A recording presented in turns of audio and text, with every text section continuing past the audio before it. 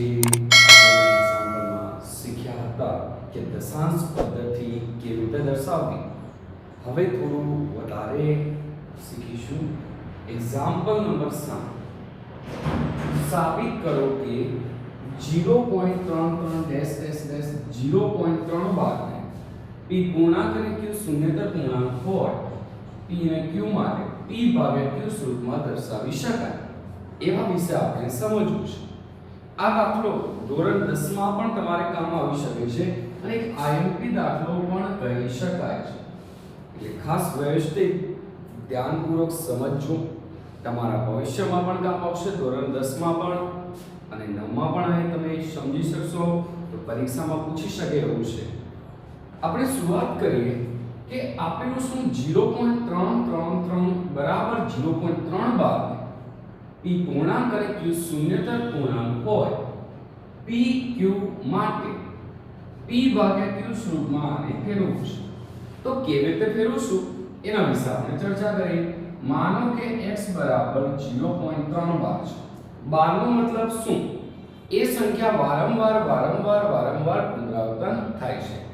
એના માટે આપણે લખી શકાય કે 0.333 આ સંખ્યા પુનરાવર્તન થયા જ કરે છે.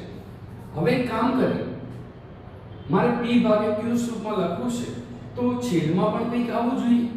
એવું આપણે કંઈક પ્રક્રિયા કરીએ કે જે છેદમાં આવી શકે. માનો કે એક પોઈન્ટ પાછળ જાઉં, એકમ અને દશક. તો અહીંયા શું થશે કે x બરાબર 3.33 ભાગ્યા એકમ અને દશક જેટલું પાછળ ગયું. હવે શું કે છેદ પેલી સાઈડ જાય અંશમાં, એટલે કે શું થશે કે 10x બરાબર 3.33 આપણે એવું લખી શકીએ. હવે શું કે આપણે અહીંયા સુધી બનાવ્યા પછી ઉપરના જેવું આપણે બનાવવાનો પ્રયત્ન કરો, એનો મતલબ x અહીંયા લાવવાનો પ્રયત્ન કરું છું. તો માટે 10x m9 અહીંયા મારે x લાવવું છે. x એટલે શું? તો બેઠે પહેલા અહીંયા લખી દો 0.33 એટલે તમારા મગજમાં આવે આના અંદર શું ઉમેરું કે 0.33 પોઈન્ટ પછીની બધી સંખ્યાઓ સમાન છે. તો અહીંયા 3 લાવવા છે, શું કરવું પડે? 3.0 3 + 0 0 + 3 3 એટલે આ સંખ્યા થઈ ગઈ. એનો મતલબ આપણે અહીંયા શું ઉમેર્યું કે 3 + 0 એટલે 3 અને પોઈન્ટ પછી ભલે સંખ્યા ન લખો તો પણ 4 અને 3 આવી ગઈ બાકીની બધી સંખ્યાઓ. એટલે આને આપણે શું કહી શકાય કે સમીકરણ 1 માં x કીધું છે. શું કીધું છે? x. તો આની જગ્યાએ આપણે x લખી દઈએ 3 + x. ક્યાંથી લાવ્યો કે સમીકરણ 1 પરથી. હવે શું કરીએ કે આ પ્લસ x ને બરાબરની પેલી સાઈડ લાવશું. શું થશે? માઈનસ. તો આપણે લખી શકાય 10x - x બરાબર 3. વિદ્યાર્થી મિત્રો, તમને ખ્યાલ હશે કે 10x માંથી એક x કાઢી દઈએ, કેટલા વધશે? 9x બરાબર 3. 9 ગુણાકાર પેલી સાઈડ આવશે ભાગાકાર. 3 તરી 9. તો માટે x બરાબર કેટલું? 1/3. જે જોઈ શકો p ભાગ્યા q સ્વરૂપમાં આવી ગયું. તો આપણે લખી શકાય કે આ p ભાગ્યા q સ્વરૂપમાં દર્શાવી શક્યો. તેથી તમને ખ્યાલ આવી ગયો કે p એટલે અંશ 1 અને q એટલે કે 3. એટલે આપણે કહી શકાય સાબિત થઈ ગયું અને p ભાગ્યા q સ્વરૂપમાં દર્શાવી પણ દીધો. તો આપણે અહીંયા દાખલો પૂરો કરીશું, ફરી આપણે આગળના દાખલા પર જઈશું.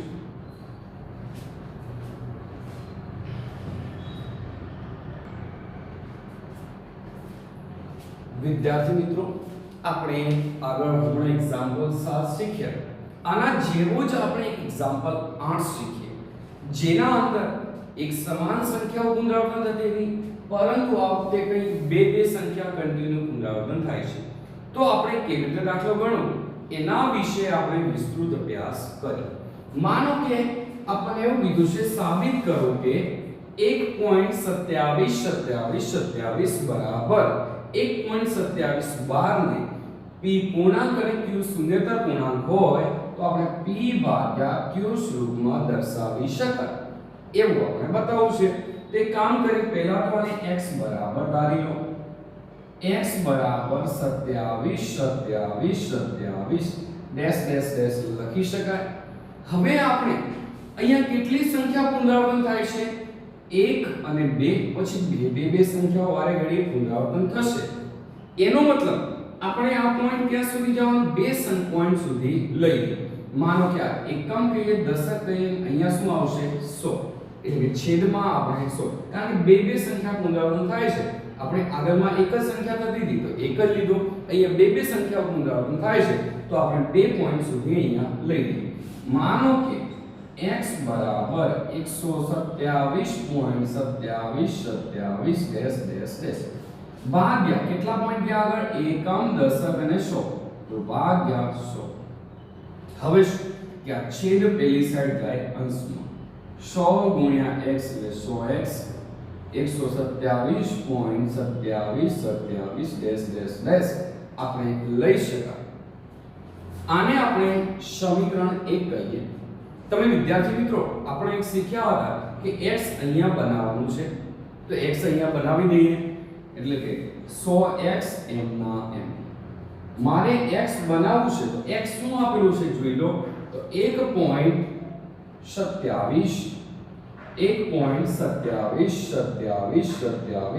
આવું ડેશ ડેશ ડેશ ચાલ્યા કરે.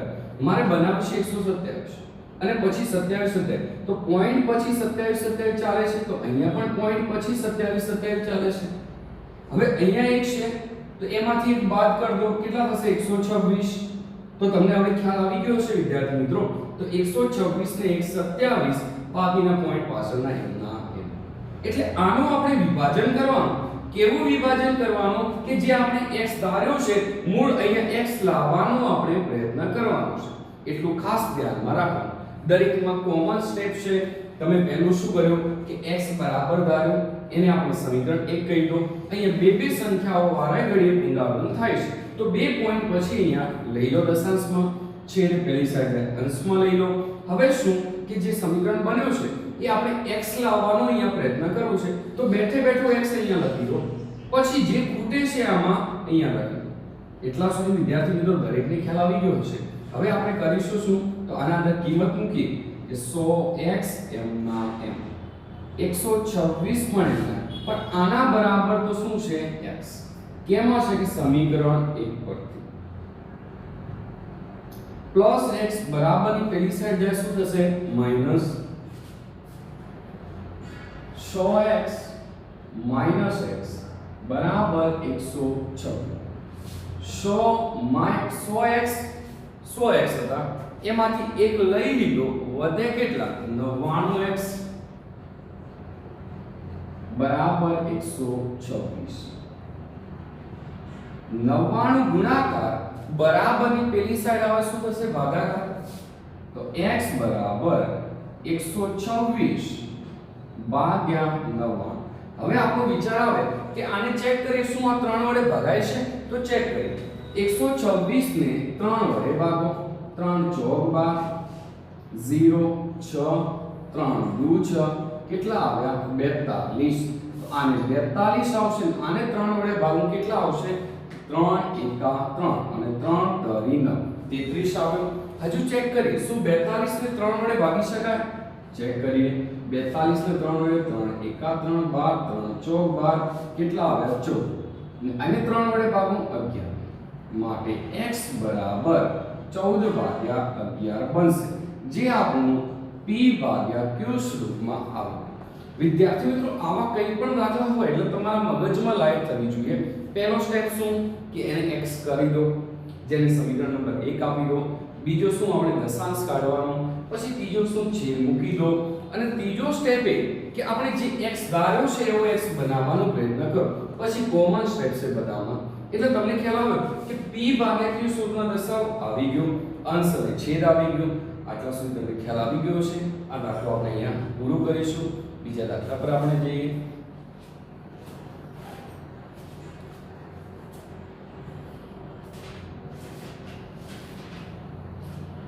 વિદ્યાર્થી મિત્રો આપણે આના પછીના એક એક્ઝામ્પલ પર જઈએ.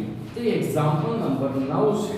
આપણને એવું કહે છે સાબિત કરો કે 0.235 ડેશ ડેશ ડેશ એટલે કે 0.235 બાર એટલે એનો મતલબ શું બાર નો મતલબ શું કે એ સંખ્યા વારે ઘડીએ પુનરાવર્તન થાય છે એનો મતલબ કઈ સંખ્યા પુનરાવર્તન થાય છે કે 35 અહીંયા આગળ p પૂર્ણાંક હોય અને q શૂન્યતર પૂર્ણાંક હોય તો આપણે p ભાગ્યા q સ્વરૂપમાં દર્શાવશું એનો મતલબ હવે આપણે જે દાખલા ગણી રહ્યા છીએ સેમ આના જ જેવા દાખલા ગણવાના થાય તો આપણે ફરી અહીંયા આગળ દાખલો આના બરાબર x ધારી લઈએ તો x બરાબર 0.35 ડેશ ડેશ ડેશ આને આપણે કહીએ સમીકરણ નંબર 1 હવે આપણે કરીએ શું અહીંયા બે સંખ્યા ડિજિટ પછી પુનરાવર્તન થાય છે તો બે સંખ્યા લઈએ એકમ દશક અને 100 એટલે કે પોઈન્ટ ક્યાં આવશે અહીંયા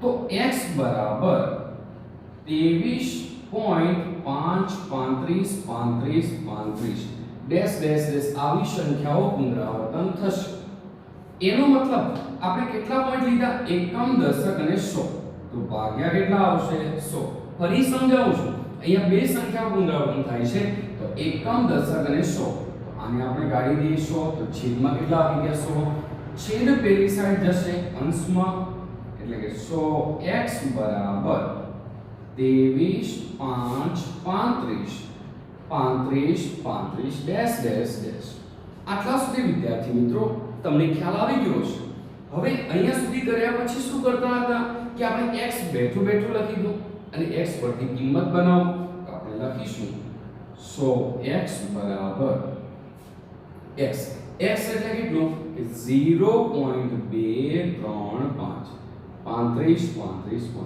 ડેશ ડેશ હવે કામ કરી આના જેવું બનાવો આપણને ખબર છે 35 એક સંખ્યા પછી 35 એટલે કે આપણે 5 બનાવવું હોય તો કેટલા ઉમેરવા પડે 2 માં 5 થાય કે 0.3 3 ને 2 5 બાકીના 35 કેવું છે સમ હવે પોઈન્ટ આગળની સંખ્યાની વાત કરું 0 છે 0 માં કેટલા ઉમેરું 23 થાય કે 23 લખીએ હવે ચેક કરી ફરીથી 23 0 23 3 ને 2 5 પછી 35 એની સંખ્યા વારે ઘડીએ પુનરાવર્તન થાય એનો મતલબ તમને ખ્યાલ આવી ગયો છે આ તો આપણે x બનાવ્યું છે તો આની જગ્યાએ આપણે શું મૂકશું x તો મૂકી દઈએ 100x બરાબર 23.3 x હવે શું કરીશું કે આ પ્લસ x બરાબરની પેલી સાઈડ જશે શું થશે માઈનસ તો આપણે અહીંયા લખીશું કે 100x માઈનસ x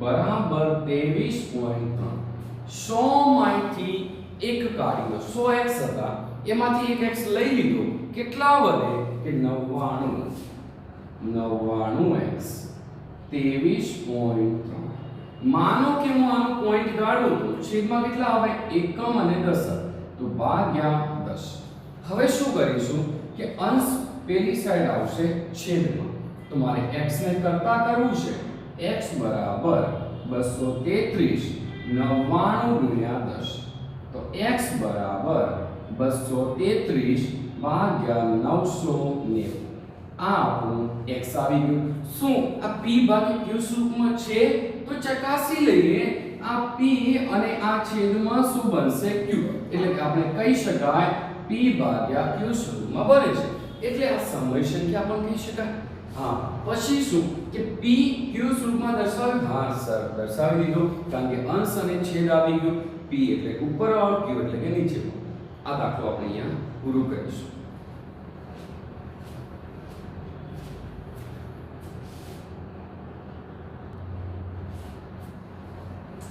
વિદ્યાર્થી મિત્રો આપણે થોડી અહીંયા ચર્ચા કરીએ કે 1/7 અને 2/7 વચ્ચેની એક અસમય સંખ્યા શોધવાની છે આના વચ્ચેની અસમય સંખ્યા તો આપણે અસમય સંખ્યાઓ કોને કહેવાય સમય તો તમે ભણ્યા હતા ફરી થોડું એક રિવાઇઝ કરીએ સમય સંખ્યા કોને કીધી કે જે p ભાગ્યા q સ્વરૂપમાં દર્શાવાય રાઈટ પણ કેવી સંખ્યાને આપણે સમય કીધી માનો કે આપણે વાત કરીએ 0.333 ડેશ ડેશ ડેશ એ સંખ્યા વારંવાર પુનરાવર્તન થાય છે એવી સંખ્યાને આપણે સમય સંખ્યાઓ કીધી અને શાંત અને શું કેવી સંખ્યા કે સમય સાથે અનંત પણ કહી શકાય, કેમ કે એ સંખ્યા વારંવાર પુનરાવર્તન થાય છે એને અનંત અનાવૃત પણ કહેવું તો કહેવાય.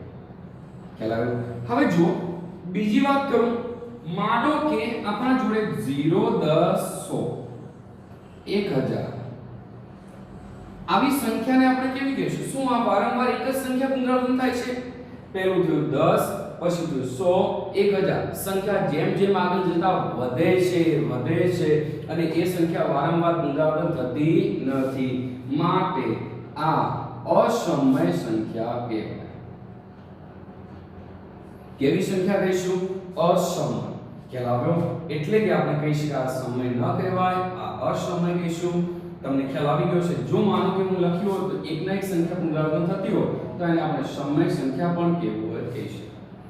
હવે શાંત કોને કહેવાય? તમને આગળ આપણે ભણ્યા હતા, જે ફિક્સ નિશ્ચિત છે એમને આપણે શાંત સંખ્યા કહીશું, અને જે નિશ્ચિત નથી એમને શાંત ન કહેવાય. તો કેવી કહેવાય? અનંત આવૃત. તો હવે એક આપણે દાખલા પર જઈએ અને વધુ માહિતી મેળવીશું. માનો કે 1/7 2/7 વચ્ચેની એક અસમય સંખ્યા શોધવી. આ બંને વચ્ચેની આપણે અસમય સંખ્યા શોધવી છે તો શરૂઆત કરવી પડશે, મારે ભાગાકાર કરવું પડશે. તો ભાગાકાર કરી 1 ને 7 વડે ભાગવું પડે. માનો કે મારે 1 ને 7 વડે ભાગવું છે તો હું શું કરીશ કે પહેલું તો પોઈન્ટ મૂકીશ અને 0 સાથે નીચે ઉતારીશ. તો 7 1 7 3 0. તમને ખબર હશે કે 7 ચોક 28, 30 માંથી 28 જાય 2, 7 દુ 14 અને 7 તરી 21 તો વધી જશે. 7 દુ 14, 6 0. પછી શું? 7 8 56 કેટલા આવશે? 4. 7 5 35, 5 0. 77 49. ફરી એ સંખ્યા આપણે અહીંયાથી ચાલુ થશે એટલે એની સંખ્યા ફરી પુનરાવર્તન થયા કરશે. તો આપણે કહી શકાય કે 1/7 બરાબર 0.142857 12 નો મતલબ શું? એને એ સંખ્યા વારે ઘડીએ પુનરાવર્તન થશે. હવે આપણે આગળની વાત કરીએ. 2/7 તો 2/7 કરીશું. 0 પોઈન્ટ મૂકીને નીચે ઉતારી તો શું થશે? 7 દુ 14, 6 0 77 49, 7 8 56, 4 0, 7 5 35 ને 7 6 42 તો વધી જશે. તો 7 5 35, 5 0 77 49 1 0. હવે શું આવશે? 7 1 7 3 0, 7 દુ 14, 7 તરી 21, 7 ચોક 28 2. તો ફરી સંખ્યા એના એક સંખ્યા પુનરાવર્તન થશે તો એ સંખ્યા આપણે લખી શકાય કે 2/7 વચ્ચેની કઈ? તો 0.285714. 12 નો મતલબ શું? એને સંખ્યા વારે ઘડીએ પુનરાવર્તન થશે. હવે આપણે એ કહીએ આના વચ્ચેની અસમય સંખ્યા લેવા. અસમય એટલે કેવી? મેં તમને આગળ વાત કરી, એની સંખ્યા પુનરાવર્તન થવી જોઈએ નહીં, જેને આપણે અસમય સંખ્યાઓ કહીએ છીએ.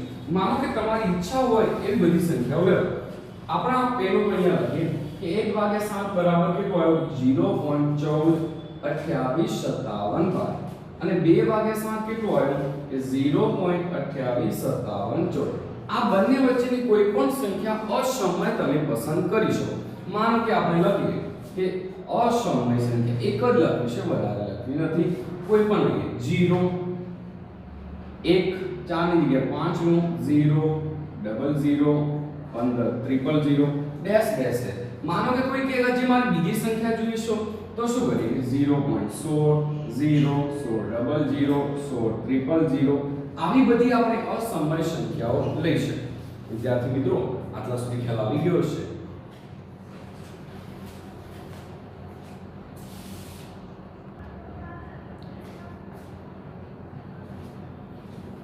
વિદ્યાર્થી મિત્રો, આપણે આ લેક્ચર અહીંયા પૂરું કરીશું. ફરી આવતા લેક્ચરમાં મળીશું. Thank you.